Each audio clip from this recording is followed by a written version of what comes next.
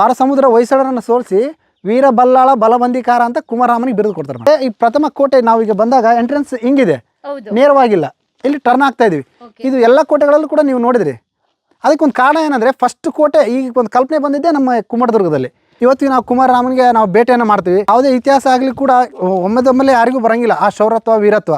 ಅದರ ಹಿನ್ನೆಲೆ ಇದ್ದಾಗ ಮಾತ್ರ ಅದರ ಒಂದು ರಕ್ತ ಅಲ್ಲಿ ಇತ್ತಂದರೆ, ಶೌರ್ಯದ ರಕ್ತ ಇತ್ತಂದರೆ ಮಾತ್ರ ಸಾಮ್ರಾಜ್ಯನ ಕಟ್ಟೋಕ್ಕೆ ಸಾಧ್ಯ ಆಗುತ್ತೆ. ವೆಲ್ಕಮ್ ಟು ಗಂಡುಗಲಿ ಕುಮಾರರಾಮನ ಇತಿಹಾಸಕ್ಕೆ ಸ್ವಾಗತ ಸುಸ್ವಾಗತ.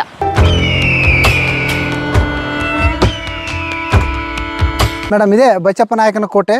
ಇದು ಪ್ರವೇಶ ದ್ವಾರ. ಫಸ್ಟಿಗೆ ನಾವು ಕುಮಟದುರ್ಗಕ್ಕೆ ಹೋಗಬೇಕಾದ್ರೆ ಇದೇ ದ್ವಾರವನ್ನು ಪ್ರವೇಶ ಮಾಡಿದ ನಂತರ ನಮಗೆ ಇನ್ನೊಂದು ಕೋಟೆ ಸಿಗುತ್ತೆ. ಆ ಕೋಟೆ ನಂತರ ಮತ್ತೊಂದು ಕೋಟೆ ಸಿಗುತ್ತೆ. ಹಾಗಾದ್ರೆ ಎಷ್ಟು ಸುತ್ತಿನ ಕೋಟೆ ಇದು? ಕನಿಷ್ಠ ನಮಗೆ 7 ಸುತ್ತಿನ ಕೋಟೆ ಕೂಡ ಹೇಳ್ತಾರೆ ಇದನ್ನು. ಯಾಕಂದರೆ ಇದು ಅತ್ಯಂತ ಆಯಕಟ್ಟಿನ ಪ್ರದೇಶ ಆಗಿತ್ತು. ಯಾವುದೇ ಕಾರಣಕ್ಕೂ ಶತ್ರುಗಳು ನುಗ್ಗೋ ಆಗಿಲ್ಲ. ಹಂಗಾಗಿನೇ ಇದು ಕುಮಾರರಾಮ ಯುದ್ಧ ನೀತಿಯಲ್ಲಿ ತಂತ್ರಜ್ಞ ಆಗಿದ್ದ. ದಕ್ಷಿಣ ಭಾರತದಲ್ಲಿ ಇವಂದೇ ಆದ ಒಳ್ಳೆ ಯುದ್ಧ ಕೌಶಲ್ಯಗಳು ಇದ್ವು.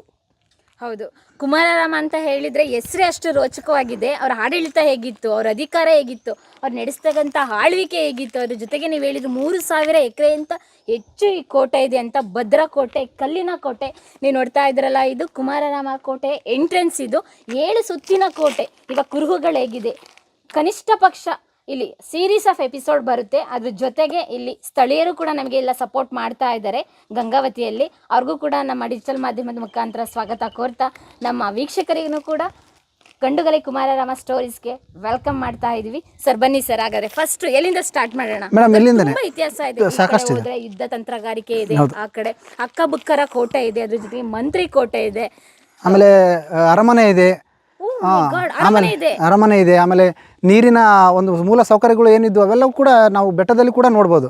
ಸರ್ ನಿಮ್ಗೆ ಹೇಗೆ ಸರ್ ಇದು ಗಂಡುಗಲಿ ಕುಮಾರರಾಮ ಇಂಟ್ರೆಸ್ಟ್ ಬಂದಿದೆ ಹೇಗೆ? ಕುಮಾರರಾಮ ನಮಗೆ ಮೊದಲು ಮನೆದೇವರು. ಈತನ ನಾವು ಕೇವಲ ಒಬ್ಬ ದೇವರಾಗಿ ನಾವು ಕೂಡ ಬರೀ ಕಾಯಿ ಹೊಡ್ಸ್ಕೊಂಡು ಹೋಗ್ತಾ ಇದ್ವಿ, ಏನೋ ದೇವ್ರು ಇರ್ಬೇಕು ಬಿಡು ಅಂತ. ಯಾವಾಗ ನಮ್ಮ ರಾಜೇಶ್ ನಾಯಕರ ಪರಿಚಯ ಆಯಿತು, ಅವಾಗಿಂದ ಗೊತ್ತಾಗಿದ್ದು ನಮಗೆ ಈತೊಬ್ಬ ವೀರ ಪುರುಷ. ಅಂದರೆ ಇಲ್ಲಿ ಆಳ್ವಿಕೆ ಮಾಡ್ತಕ್ಕಂಥ ಒಬ್ಬ ರಾಜ ಅಂದರೆ ವ್ಯಕ್ತಿಯನ್ನು ದೈವವಾಗಿ ಪೂಜೆ ಮಾಡ್ತಿದ್ದೀವಿ ಅಂದರೆ ಇದು ಒಂದು ರೋಮಾಂಚನ ವಿಷಯ. ನಾವು ದಕ್ಷಿಣ ಭಾರತವನ್ನು ಅಖಂಡವಾಗಿ ಆಳಿದ್ರು ಕೂಡ ಯಾರನ್ನು ಕೂಡ ನಾವು ದೈವವಾಗಿ ಪೂಜೆ ಮಾಡ್ತಾ ಇಲ್ಲ. ನರ್ಮದೆಯಿಂದ ಉತ್ತರದುರ್ಗ ಆರಿದವರು ಯಾರನ್ನು ನಾವು ದೇವರಾಗಿ ಪೂಜೆ ಮಾಡ್ತಿಲ್ಲ. ಆದರೆ ಕುಮಾರರಾಮನನ್ನು ಮಾತ್ರ ನಾವು ದೇವರಾಗಿ ಪೂಜೆ ಮಾಡ್ತಿದ್ವಿ. ಚರಿತ್ರೆಯಲ್ಲಿ ಈ ಇವರೊಬ್ಬರೇ ಇರೋದು. ಹಂಗಾಗಿಬಿಟ್ಟು ನಿಜ ಮೇಡಮ್, ನಮ್ಮ ಮನೆ ದೇವರೇ ಕುಮಾರರಾಮ. ಹಾಗಾದ್ರೆ ಗಂಡುಗಲಿ ಕುಮಾರರಾಮನ ತುಂಬಾ ದೇವಸ್ಥಾನಗಳು ಕರ್ನಾಟಕದಲ್ಲಿ ಇದೆ ಅಂತ ನಾವು ಕೇಳಿದ್ದೀವಿ, ಇತಿಹಾಸದಲ್ಲಿ ಓದಿದ್ದೀವಿ. ನಿಮ್ಮ ಮುಖಾಂತರ ದೇವಸ್ಥಾನಕ್ಕೆ ಹೋಗೋಣ, ಗಂಡುಗಲಿ ಕುಮಾರರಾಮ ದರ್ಶನ ಮಾಡೋಣ. ಅದ್ರ ಜೊತೆಗೆ ನೀವು ಹೇಳಿದ್ರಿ ನಮಗೆ ಮನೆ ದೇವರಾಗಿತ್ತು, ಹಿಂಗೆ ಇತಿಹಾಸ ತಿಳ್ಕೊಬೇಕು ಅಂದಾಗ ಇದಕ್ಕೆ ಸರ್ ಅವ್ರ ವಂಶಸ್ಥರು ಇದ್ದಾರಾ? ಇದ್ದಾರೆ ಮೇಡಮ್. ಅಂದರೆ ನಾವು ಇದು 700 ವರ್ಷಗಳ ಇತಿಹಾಸ ಆಗಿರೋದ್ರಿಂದ ನಮಗೆ ಕೆಲವೊಂದಿಷ್ಟು ಸಮರ್ಪಕ ದಾಖಲೆಗಳಿಲ್ಲ. ಇದೇ ನಮ್ಮ ಹಿರಿಯರು ಹೇಳ್ಕೊಂಡು ಬಂದಿದ್ದು. ಆಮೇಲೆ ಹಬ್ಬ ಹರಿದಿನಗಳನ್ನ ಆಚರಣೆ ಮಾಡ್ಕೊಂಡು ಬರ್ತಾ ಇದ್ದು. ಇವತ್ತಿಗೆ ನಾವು ಕುಮಾರರಾಮನಿಗೆ ನಾವು ಭೇಟಿಯನ್ನು ಮಾಡ್ತೀವಿ. ಅದ್ರ ಪರಂಪರೆ ಇನ್ನೂ ಉಳ್ಕೊಂಡು ಬಂದ ಇದೆ. ಅಂದರೆ ಅದ್ರ ಮುಖಾಂತರವಾಗಿ ನಾವು ಅವರ ವಂಶಸ್ಥರು, ಅವರ ಒಂದು ಹಿನ್ನೆಲೆಯವರು, ಅವರ ಒಕ್ಕಲ್ದವರು ಅಂತ ಅಂದ್ಬಿಟ್ಟು ನಮ್ಮಲ್ಲಿ ಕರಿತಾರೆ ಮೇಡಮ್. ಅವ್ರ ವಂಶಸ್ಥರನ್ನು ಪರಿಚಯ ಮಾಡಿಕೊಡೋಣ ನಮ್ಮ ಡಿಜಿಟಲ್ ಮಾಧ್ಯಮದ ಮುಖಾಂತರ ವೀಕ್ಷಕರಿಗೆ. ಬನ್ನಿ ಸರ್, ಕೋಟೆ ಇತಿಹಾಸಕ್ಕೆ ಕರ್ಕೊಂಡು ಹೋಗೋಣ ನಮ್ಮ ವೀಕ್ಷಕರನ್ನ. ಅದ್ರ ಜೊತೆಗೆ ಗಂಡುಗಲಿ ಕುಮಾರರಾಮ ಅಂತ ಹೇಳಿದರೆ, ಗಂಡುಗಲಿ ಕುಮಾರರಾಮ ಪೂರ್ವಜರ ಬಗ್ಗೆ ನಾವು ತಿಳ್ಕೊಳ್ಳೇಬೇಕು. ನಿಜ ಮೇಡಮ್. ಯಾಕಂದರೆ ಯಾವುದೇ ಇತಿಹಾಸ ಆಗಲಿ ಕೂಡ ಒಮ್ಮೆದೊಮ್ಮೆಲೆ ಯಾರಿಗೂ ಬರೋಂಗಿಲ್ಲ ಆ ಶೌರ್ಯತ್ವ ವೀರತ್ವ. ಅದರ ಹಿನ್ನೆಲೆ ಇದ್ದಾಗ ಮಾತ್ರ ಅದರ ಒಂದು ರಕ್ತ ಅಲ್ಲಿ ಇತ್ತಂದರೆ, ಶೌರ್ಯದ ರಕ್ತ ಇತ್ತಂದರೆ ಮಾತ್ರ ಸಾಮ್ರಾಜ್ಯನ ಕಟ್ಟೋಕ್ಕೆ ಸಾಧ್ಯ ಆಗುತ್ತೆ. ಅದೇ ರೀತಿ ನಾವು ಈಗ ಮೊದಲಿಗೆ ಒಬ್ಬ ವಂಶಸ್ಥರನ್ನ ತೊಗೊಳ್ಳೋದಾದರೆ ಮುಮ್ಮಡಿ ಸಿಂಗೆ ನಾಯಕ ಅಂತ ಸೇವಣೂರ ಮಹಾರಾಜ ರಾಮಚಂದ್ರ ದೇವರಾಯನ ಹತ್ರ ದಂಡ ನಾಯಕನಾಗಿರ್ತಾರೆ. ಅವ್ರಿಗೂ ಮತ್ತು ಸುತ್ತಮುತ್ತ ಈಗ ವಾರಂಗಲ್ನ ಕಾಕತೀಯರಿರ್ಬೋದು, ಪ್ರತಾಪರುದ್ರ, ಆಮೇಲೆ ದ್ವಾರಸಮುದ್ರ ಹೊಯ್ಸಳರಿರ್ಬೋದು, ಆಮೇಲೆ ನಂತರ ಉತ್ತರದಲ್ಲಿ ಅಲಾವುದ್ದೀನ್ ಖಿಲ್ಜಿಯ ದಾಳಿ ಇರ್ಬೋದು, ಇವೆಲ್ಲದರ ಕೂಡ ಇವರು ಸಮರ್ಪಕವಾದಂಥ ಎದುರಿಸ್ತಕ್ಕಂಥ ಕೆಲಸ ಮಾಡ್ತಾರೆ. ಅವರಲ್ಲಿ ಸೇನಾಧಿಪತಿಯಾಗಿ ಮುಮ್ಮಡಿ ಸಿಂಗೆ ನಾಯಕ ಇರ್ತಾರೆ. ಅವ್ರು ಎಷ್ಟೊಂದು ವೀರ ಅಂದರೆ, ಅವರು ಹುಲಿ ಬೇಟೆಗಂತ ಹೋದಾಗ ಆ ಹುಲಿ ಅವ್ರನ್ನ ಅಡ್ಡಗಟ್ಟಿದಾಗ ಇವರು ಬರೆಗೈಲೇ ಗುದ್ದಿ ಬೆದರಿಸ್ತಕ್ಕಂಥ ಮಹಾನ್ ಪರಾಕ್ರಮಿ ಮುಮ್ಮಡಿ ಸಿಂಗೆ ನಾಯಕರು. ಅಷ್ಟು ವೀರತನ ಇತ್ತು. ನಿಜ ಮೇಡಮ್. ಹುಲಿ ಬೇಟೆ ಬರೀ ಕೈಯಲ್ಲೇ ಮಾಡೋದು, ಯಾವುದೇ ಆಯುಧ ಇಲ್ಲ ಅಂತ ಹೇಳಿ ರಾಜರೆಲ್ಲ ಸ್ಪೆಷಲಾಗಿ ಇವ್ರನ್ನೇ ಕರ್ಕೊಂಡು ಹೋಗ್ತಾ ಇದ್ರು ಬೇಟೆಗಾದ್ರೆ. ಅಂದರೆ ಇವರಲ್ಲಿ ಬೇಟೆಯ ಒಂದು ಪರಂಪರೆನೇ ಇದೆಯಲ್ಲ, ಹಂಗಾಗ್ಬಿಟ್ಟು ಮುಮ್ಮಡಿ ಸಿಂಗೆ ನಾಯಕರು ಅವತ್ತು ಅವ್ರಿಗೆ ಇರಲೇಬೇಕಾಗಿತ್ತು ಒಬ್ಬ ಮುಖ್ಯವಾಗಿ. ಓಕೆ, ಯಾರ ಸಂಸ್ಥಾನದಲ್ಲಿ ಅವರು ಇದ್ದಿದ್ದು? ಸೇವಣ ರಾಜ ರಾಮಚಂದ್ರ ದೇವರಾಯ. ಓಕೆ, ಹ್ಞೂ ಮೇಡಮ್. ಓಕೆ ಸರ್, ಎಷ್ಟು ಶತಮಾನಗಳ ಇತಿಹಾಸ ಇದೆ ಸರ್ ಅವರಿಗೆ, ಅವರ ಪೂರ್ವಜರ ಬಗ್ಗೆ ಹೇಳಬೇಕು ಅಂತ ಹೇಳಿ? ನಮಗೆ ಕ್ರಿಸ್ತಶಕ 1200ರಿಂದ ಪ್ರಾರಂಭ ಮೇಡಮ್. ಆಮೇಲೆ ನಮಗೆ ಸಾಕಷ್ಟು ದಾಖಲೆಗಳು, ಶಾಸನಗಳು ಸ್ವಲ್ಪ ಅಸಮರ್ಪಕ ಆಗಿರೋದ್ರಿಂದ ಕುಮಾರರಾಮನಿಂದ ನಾವು ಪ್ರಾರಂಭ ಮಾಡ್ಕೊಳ್ತೀವಿ ಮೇಡಮ್. ಅದಕ್ಕೂ ಮುಂಚೆ ಅಂದರೆ ನಮಗೆ ಐತಿಹ್ಯಗಳು, ಆಮೇಲೆ ಜನಪದೀಯವಾಗಿ ಕಥೆಗಳು ನಮ್ಮಲ್ಲಿ ಸಾಕಷ್ಟು ಇದೆ. ಕೈಫಿಯತ್ ಆತು, ಆಮೇಲೆ ನಮಗೆ ಹಂಪಿಯಲ್ಲಿರ್ತಕ್ಕಂಥ ಹೇಮಕೂಟ ಪರ್ವತದಲ್ಲಿ ಒಂದು ಶಾಸನ ಕೂಡ ಇದೆ. ಅಲ್ಲಿ ಇವರ ವಂಶಸ್ಥರ ಬಗ್ಗೆ ಅವರು ವಿವರಣೆ ಮಾಡ್ತಾರೆ ಮೇಡಮ್. ಓಕೆ, ಅವರು ದಂಡನಾಯಕ ಕುಮಾರ ನಾಯಕರಿಗೆ ಏನಾಗಿದ್ರು? ತಾತ ಆಗಿದ್ರು. ತಾತ ಓಕೆ. ಅಂದರೆ ವೀರ ಕಂಪಿಲರಾಯನ ಮಗ ಕುಮಾರರಾಮ, ಮುಮ್ಮಡಿ ಸಿಂಗ ನಾಯಕರ ಮಗ ವೀರ ಕಂಪಿಲರಾಯ. ಓಕೆ. ವೀರ ಕಂಪಿಲರಾಯರು ಕೂಡ ಸಾಕಷ್ಟು ಮಹಾನ್ ಪರಾಕ್ರಮಿ. ಇಡೀ ದಕ್ಷಿಣದಲ್ಲಿ ಇರ್ತಕ್ಕಂಥ ಎಲ್ಲ ರಾಜರನ್ನು ಸೋಲಿಸಿಬಿಟ್ಟಿರ್ತಾರೆ ಅವರು. ಓಕೆ. ಅವರು ಕೂಡ ಮಹಾನ್ ಪರಾಕ್ರಮಿ ಆಗಿದ್ರು.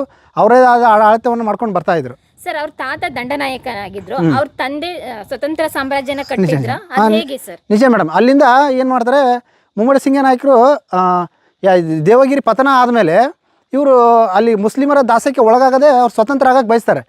ಆಗ ಅವರು ಅಲ್ಲಿಂದ ಬಿಟ್ಕೊಂಡು ಬಂದುಬಿಟ್ಟು ಇಲ್ಲಿ ಹನೆಯ ದೊರೆ ಅಂತ ಇದೆ ಚಿತ್ರದುರ್ಗದ ಹತ್ರ, ಅಲ್ಲಿ ಒಂದಷ್ಟು ದಿನ ಇದ್ದು ನಂತರ ಈ ಥರ ಆಯಕಟ್ಟಿನ ಪ್ರದೇಶ ಹುಡುಕ್ತಾ ಬಂದಾಗ ಕುಮ್ಮಟದುರ್ಗನ ಆಯ್ಕೆ ಮಾಡ್ಕೊಂಡು ಇಲ್ಲಿ ಕೋಟೆನ ನಿರ್ಮಾಣ ಮಾಡ್ಕೊಳ್ತಾರೆ ಮೇಡಮ್. ಓಕೆ, ಆಯಕಟ್ಟಿನ ಪ್ರದೇಶ ಅಂದ್ರೆ ಶತ್ರುಗಳು ಬೇಗ ಈ ತರ ಕಲ್ಲೆಲ್ಲ ಇರ್ಬೇಕು ಅಂತಲ್ಲ ಸರ್, ಯಾವ ರೀತಿ ಆಯಕಟ್ಟು ಅಂತ ಅವ್ರು ಪರಿಗಣನೆ ಮಾಡ್ತಾರೆ? ಇದು ನೋಡಿ, ನಮ್ಮ ಈಗ ಪರಿಸರ ಗಂಗಾವತಿ ಪರಿಸರ ಇದೆ, 7 ಸಾಲುಗಳ ಬೆಟ್ಟ ಇದೆ ಇದು. ನಮಗೆ ಒಂದು ಲೈನ್ ಬೈ ನಮ್ಗೆ ಎಲ್ಲೂ ಕೂಡ ವಿಜಯನಗರ ಸಾಮ್ರಾಜ್ಯಕ್ಕೆ ಹೋಗ್ಬೇಕಾದ್ರೆ ಈಗ ನಾವು ರಸ್ತೆ ಮುಖಾಂತರ ಏನು ಬಂದಿದ್ವಿ ಅದು ಯಾವುದೂ ಇದ್ದಿಲ್ಲ. ಹೋಗ್ಬೇಕಾಗಿದೆ ಕಾಲ್ದಾರಿಯಿಂದ. ನಮ್ಗೆ ಇನ್ನೊಂದು ನಿಮಗೆ ಅದನ್ನು ಮುಂದಿನ ಇದರಲ್ಲಿ ಹೇಳ್ತೀನಿ ನಾನು. ಆ ಒಂದು ಪ್ರದೇಶದ ಮುಖಾಂತರ ಮಾತ್ರ ನಾವು ವಿಜಯನಗರ ಸಾಮ್ರಾಜ್ಯ ಆನೆಗುಂದಿ ಹಂಪಿಗೆ ಮಾತ್ರ ಹೋಗ್ಬೇಕಾಗಿತ್ತು. ಇಲ್ಲಿಂದ ಕಾಲ್ನಡಿಗೆ ಇತ್ತು ವಿಜಯನಗರ ಸಾಮ್ರಾಜ್ಯ. ನಿಜ ಮೇಡಮ್. ಅವತ್ತು ಅವರು ಆನೆ ಕುದುರೆ ಅದು ಒಂದೇ ದ್ವಾರ ಇದೆ. ಅದಕ್ಕೆ ಇವಾಗ ಬಸಪಟ್ಟಣ ದ್ವಾರವಾಗಿಲ್ಲ ಅಂತ ಕರಿತೀವಿ.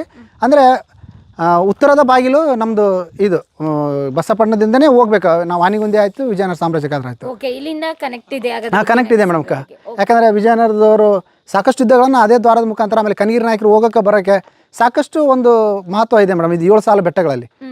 ಸರ್, ಅವರ ಬಂದು ಇಲ್ಲಿ ಕೋಟೆನ ಕಟ್ಟೋದಕ್ಕೆ ಪ್ರಾರಂಭ ಮಾಡ್ತಾರೆ. ತಾತವರೇ ಬಂದು ಇಲ್ಲಿ ಕೋಟೆಗಳನ್ನು ನಿರ್ಮಾಣ ಮಾಡ್ಕೋತಾರೆ ಸ್ವತಂತ್ರವಾಗಿ. ಓಕೆ. ಇಲ್ಲಿ ನಿರ್ಮಾಣ ಮಾಡ್ಕೊಂಡಾಗ ಮತ್ತೆ ಒಂದಿಷ್ಟು ದಿನ ಇಲ್ಲಿ ಒಂದಿಷ್ಟು ಬರಗಾಲ ಬಿದ್ದಾಗ ಅವ್ರು ಇನ್ನೊಂದು ಅಂದರೆ ವೀರ ಕಂಪಿಲರಾಯರು ಅವಾಗ ಆಲೇ ಪಟ್ಟಾಭಿಷೇಕ ಆಗ್ತಾರೆ. ಇದು ನಿರ್ಮಾಣ ಆದ ನಂತರ ಅವ್ರು ಏನು ಮಾಡ್ತಾರೆ, ಇನ್ನೊಂದಿಷ್ಟು ಹೊಸದಾಗಿ ಏನಾದರೂ ಹುಡುಕ್ಬೇಕು, ಇನ್ನೊಂದು ಕೋಟೆ ಕಟ್ಬೇಕಂತಂದು ನಮಗೀಗ ರಾಮಗಢ ಅಂತೀವ್ರಿ ಸಂಡೂರು ಹತ್ರ, ಅಲ್ಲಿ ಈಗ ಹೊಸಮಲೆ ದುರ್ಗ ಅಂತ ನಿರ್ಮಾಣ ಮಾಡ್ಕೋತಾರೆ. ಅದು ಕೂಡ ಇವರಿಗೆ ರಾಜಧಾನಿ ಆಗಿರುತ್ತೆ.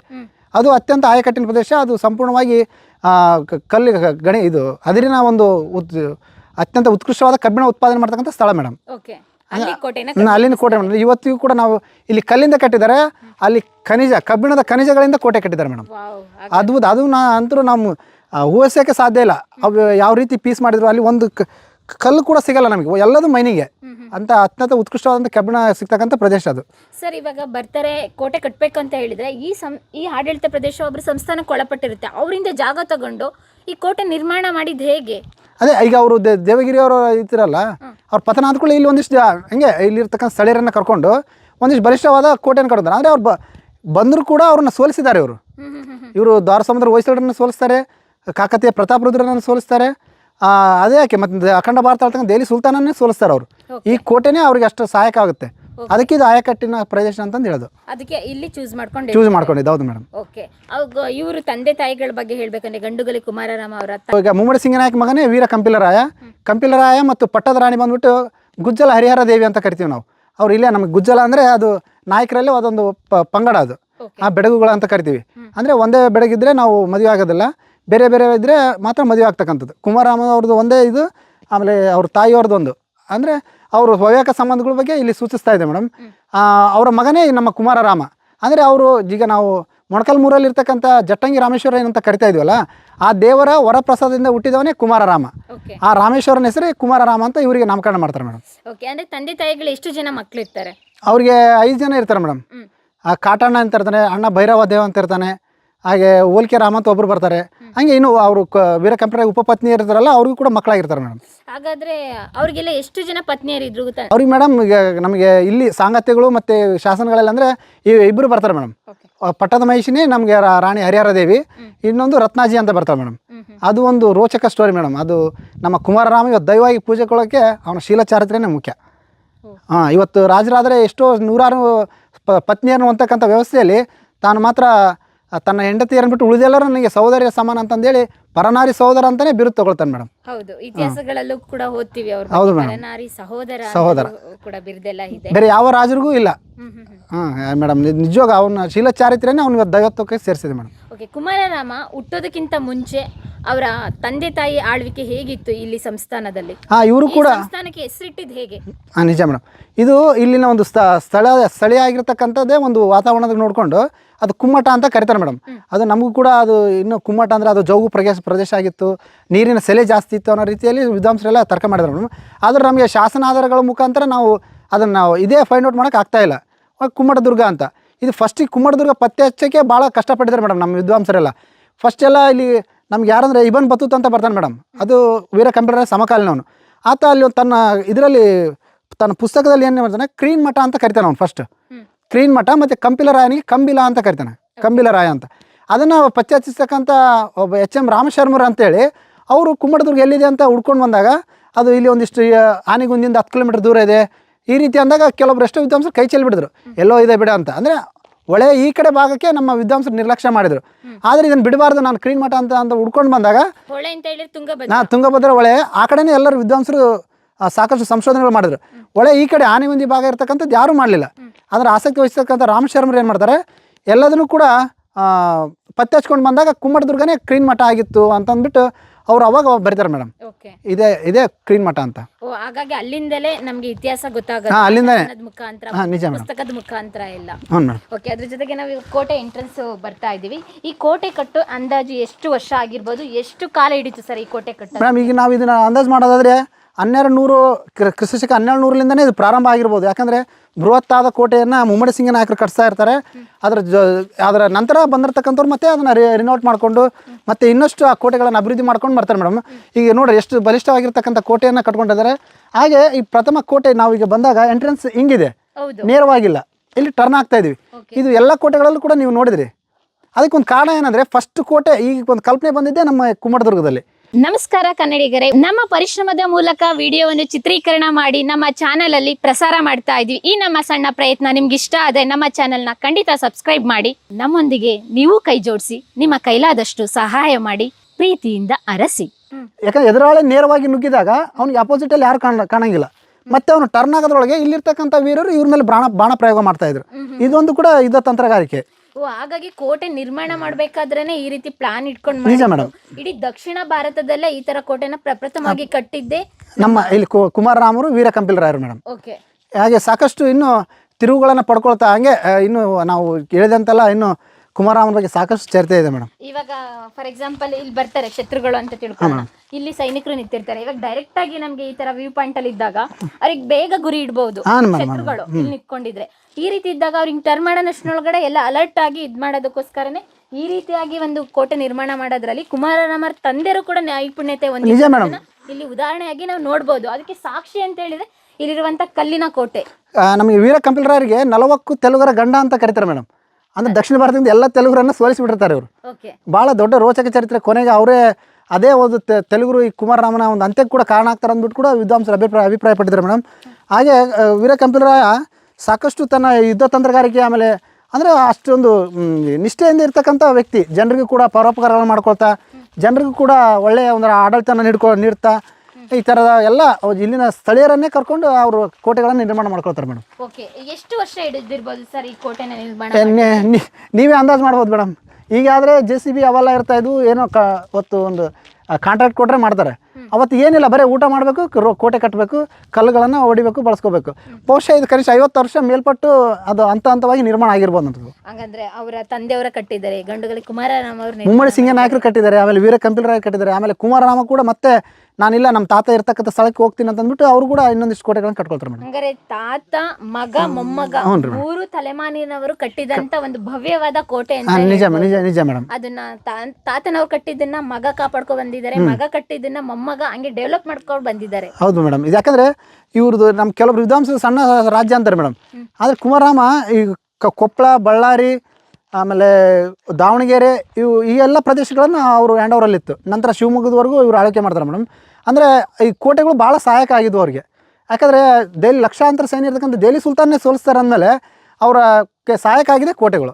ಹೌದು, ಈ ಕೋಟೆ ಹಿಂಗಿಲ್ಲ ಅಂದಿದ್ರೆ ನಿಜವಾಗ್ಲೂ ಕೂಡ ಅವ್ರ ಯುದ್ಧದಲ್ಲಿ ಅಷ್ಟು ತಂತ್ರಗಾರಿಕೆನ ಯೂಸ್ ಮಾಡಕ್ ಆಗ್ತಾ ಇದ್ದಿಲ್ಲ ಮೇಡಮ್. ಯಾಕೆಂದ್ರೆ ಈ ಕೋಟೆನೇ ಅವರಿಗೆ ಭದ್ರ ಒಂದು ಬುನಾದಿ ಅಂತ. ಮೊದಲ ಈಗ ಯಾವುದೇ ಸಂಸ್ಥಾನಗಳು ಕಟ್ಟಬೇಕಾದ್ರೆ ಫಸ್ಟ್ ಬೇಕಾಗಿರೋದು ಕೋಟೆಗಳು. ಕೋಟೆಗಳಿಂದನೇ ಆ ರಾಜ್ಯ ಸಂಸ್ಥಾನಗಳ ಬಗ್ಗೆ ನಾವು ಹೇಳ್ಕೋಬಹುದು.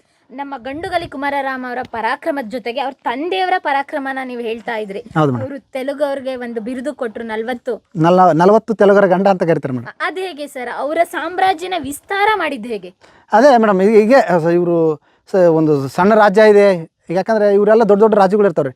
ದ್ವಾರ ಸಮುದ್ರ ಹೊಯ್ಸಳರು ಆಗ್ಬೋದು, ಅವ್ರು ಕೂಡ ಸಾಕಷ್ಟು ದೊಡ್ಡ ರಾಜ್ಯ ಆಗಿರುತ್ತೆ. ಆಮೇಲೆ ಕಾಕತೀಯ ಪ್ರತಾಪರುದ್ರಂದು ದೊಡ್ಡ ಸಾಮ್ರಾಜ್ಯ ಇರುತ್ತೆ. ಇವ್ರು ನೋಡಿ ಅಸೂಯೆ, ನಮ್ಮ ದಕ್ಷಿಣ ಭಾರತದಲ್ಲಿ ನಾವು ಹಾಳಾಗೋದೇ ಅಸೂಯೆಯಿಂದ. ಅವ್ರ ಕಂಡ್ರೆ ಇವ್ರಿಗಾಗಲ್ಲ, ಇವ್ರ ಕಂಡ್ರೆ ಅವ್ರಿಗಾಗಲ್ಲ, ಈ ರೀತಿಯಾಗಿ ಸಾಕಷ್ಟು ಯುದ್ಧಗಳನ್ನು ಮಾಡ್ತಾರೆ ಮೇಡಮ್ ಅವರು.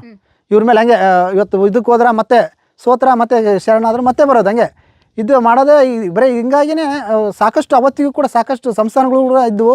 ಅವನ್ನೆಲ್ಲವನ್ನ ಸದೆ ಬಡಿದು ಅವರಿಂದ ಕಪ್ಪ ಕಾಣಿಕೆಯನ್ನು ವಸೂಲಿ ಮಾಡಿರ್ತಕ್ಕಂಥವ್ರು ವೀರಕಂಪಿಲರಾಯರು. ಓಕೆ, ಹಂಗಾರೆ ದ್ವಾರ ಸಮುದ್ರ ಹೊಯ್ಸಳರನ್ನು ನಿಜ ಮೇಡಮ್. ಮತ್ತೆ ಕಾಕತೀಯರನ್ನು ಕೂಡ ಇವರು ಸೋಲಿಸ್ತಾರೆ. ದ್ವಾರ ಸಮುದ್ರ ಹೊಯ್ಸಳರನ್ನು ಸೋಲಿಸಿ ವೀರ ಬಲ್ಲಾಳ ಬಲಬಂದಿಕಾರ ಅಂತ ಕುಮಾರರಾಮನಿಗೆ ಬಿರುದು ಕೊಡ್ತಾರೆ ಮೇಡಮ್. ಓಕೆ, ವೀರ ಬಲ್ಲಾಳ ಬಲಬಂದಿಕಾರ. ಕುಮಾರರಾಮ ಅಂದ್ರೆ ಅವ್ರ ತಂದೆನೇ ರಾಜ, ಈತ ಯುವರಾಜ. ಓಕೆ, ಆದ್ರೆ ಇಲ್ಲಿ ನಾವೇನ್ ಮಾಡ್ತಾ ಇದ್ವಿ, ಕುಮಾರರಾಮಂದು ಸ್ವಲ್ಪ ಜಾಸ್ತಿ ಮಾತಾಡೋದ್ರಿಂದ ಕುಮಾರರಾಮನಿಗೆ ಆ ಕ್ರೆಡಿಟ್ ಹೋಗ್ತಾ ಇದೆ. ಆದ್ರೆ ಅದು ನಿಜವಾಗಿ ವೀರಕಂಪಿಲರಾಯರು ಅಷ್ಟು ಅವ್ರ ರಾಜರಲ್ಲ, ಅವ್ರಿಗೆ ಹೋಗ್ಬೇಕಾಯ್ತು. ಇವಾಗ ನೀವು ಹೇಳ್ತಾ ಇದ್ದೀರಾ, ಇವಾಗ ಅವ್ರ ಮಗನ ಹೆಸರು ಮುಂದೆ ಗಂಡುಗಲೆ ಅಂತ ಬಂತು, ಅವ್ರ ತಂದೆ ಹೆಸರು ಮುಂದೆ ವೀರ ಅಂತ ಬಂತು, ವೀರ ಕಂಪಿಲರಾಯ ಅಂತ. ಈ ವೀರ ಮತ್ತೆ ಗಂಡುಗಲಿ ಅಂತ ಹೆಸರು ಬರ್ಲಿಕ್ಕೆ ಜನಗಳು ಕೊಡ್ತಾ ಇದ್ರೆ ಯಾವ ರೀತಿ ಸರ್? ಅವಾಗ ಬಿರುದುಗಳನ್ನ ಯಾರು ಕೊಡ್ತಾ ಇಲ್ಲ, ಅವ್ರ ಪರಾಕ್ರಮಗಳಿಂದಾನೆ ಅವ್ರು ಹೊಗಳ್ತಾ ಇದ್ರು. ಅವ್ರು ಬಹುಪರ ಕೇಳೋರು.